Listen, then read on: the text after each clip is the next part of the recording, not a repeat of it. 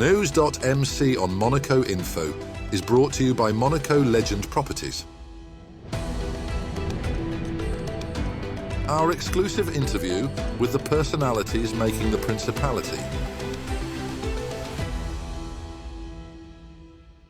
Hi, my name is Alexander Kraft. I'm the butler of Gussie, also the CEO of Sotheby's Realty France Monaco, Alexander Kraft Monte-Carlo, La Maison Bleue, Craftoni Negroni, and a few other ventures. I'm originally from Berlin, Germany, but I've lived and studied all over the world. I went to university in Cambridge, England, in the United States. I'm a lawyer at the Court of New York, but my main activity has always been Sotheby's, first at the auction house, then on the real estate side. I've been the European and worldwide CEO for quite some time, and then 20 years ago, I bought Sotheby's Realty in France and in Monaco. That's how I came to Monaco. I love Monaco. I've seen it change a lot over the past 10, 15 years, and it's truly my home base for 20 years now. I think the first time I came to Monaco was when I was a kid with my parents. I think we were staying in Saint-Tropez. We made a day trip to Monaco, and of course, you know, we had to come to the casino, and I've always been crazy about cars, and I think that stayed in my head because obviously I came back 20 years later. So I've lived around the world, basically everywhere, in Germany, in England, in the US, in Switzerland, countries around the world. But for me, Monaco is truly special because it has the best of all worlds. It's an independent principality. You're close to France, you're close to Italy. You have an airport nearby, you can go everywhere. You have the perfect weather. You have a very friendly government that allows you to do business very easily. Not to mention also the best security in the world, where you can wear watches like these. I'm a man of many professions and passions because in addition to my real estate activity, I have a hotel, I have a bar, I wrote a book, I produce dance music, I have my own cigar, I have my own Negroni. But fashion has always been my first love. I think it has been transmitted to me by my grandfather, who had a bespoke tailor, and I started wearing actually his suits while I was in high school. When I was very young, I discovered Ralph Lauren. I was one of the first customers in Europe of Ralph Lauren. While I was still in law school, I actually became brand ambassador for a couple of very well-known brands. People were always asking me, what are you wearing? What are you wearing? And then they kept asking, why don't you do your own brand? And then one day I said, come on, let's just do it. I founded my own brand 4 years ago. The idea was really to create a brand that's very sartorial. Everything is handmade in Italy from the best fabrics, that combines a little bit the English style with the Italian construction. So again, you have the best of all worlds at rather affordable prices.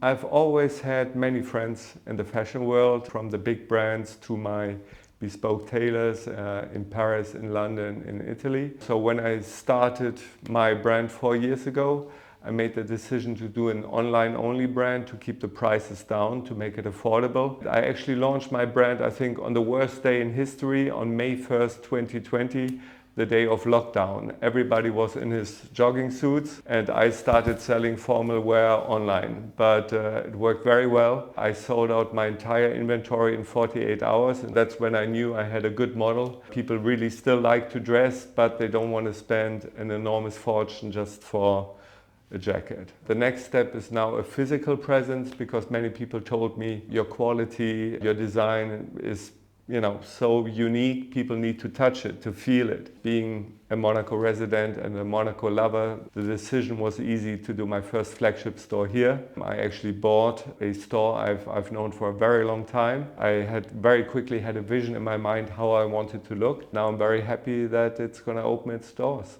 I'm a little bit of a collecting addict, I would say. So I have a great passion for everything that's vintage and unique. Started with watches while I was still in law school, when I bought my first Rolex for graduation. Also cars. Cambridge, I bought my first classic car, and I have quite a big collection these days. I love antiques, I love arts. That's how I came to Sotheby's in the first place. And the list really goes on. I don't think there's anything I don't collect, really. All my collections are a great excuse to buy more houses. I have my home not only here in Monaco, but I have also a house in Provence, a house in Paris, a house in Florence, in Palm Beach, in Berlin. So it gives me a great excuse to buy more stuff stuff and put it there.